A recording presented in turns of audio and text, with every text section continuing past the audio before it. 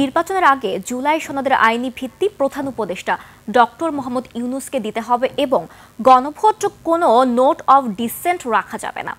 দুপুরে বাংলা একাডেমিতে university teachers ফোরামের আত্মপ্রকাশ অনুষ্ঠানে এই মন্তব্য করেছেন জাতীয় নাগরিক পার্টির আহ্বায়ক নাহিদ ইসলাম।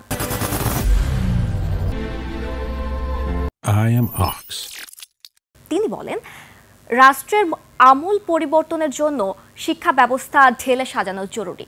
বিশেষ করে বেকারত্ব দূর করতে শিক্ষা খাতে হাত দিতে হবে আগে। প্রয়োজনীয় সংস্কার আনতে হবে। দ্রুত সময়ের মধ্যে জুলাই সনদ বাস্তবায়ন করে নির্বাচনের দিকে যাওয়ার আহ্বান জানান নাহিদ ইসলাম।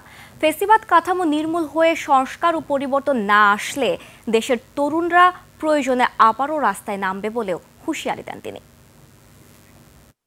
জুলাই সনদের এই অর্ডারটা ডক্টর মোহাম্মদ ইউনূসকে দিতে হবে গণ অভ্যুত্থানের জায়গা থেকে, এবং জুলাই সনদের নোট অফ ডিসেন্ট বলে কিছু থাকবে না।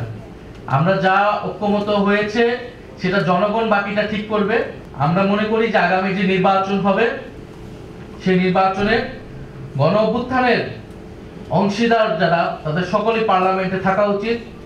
এই অভ্যুত্থানের সুফলের ভাগিদার যাতে প্রত্যেকটা ব্যক্তি যদি না হয়, সুফলের ভাগিদার যদি কিছু রাজনৈতিক দল হয়, কিছু বিশেষ ব্যক্তি হয়, মুষ্টিমেয় কিছু মানুষ হয়, তাহলে কিন্তু এটা আসলে কোনো পরিবর্তন হলো না এবং জনগণ আবারও রাস্তায় নামবে।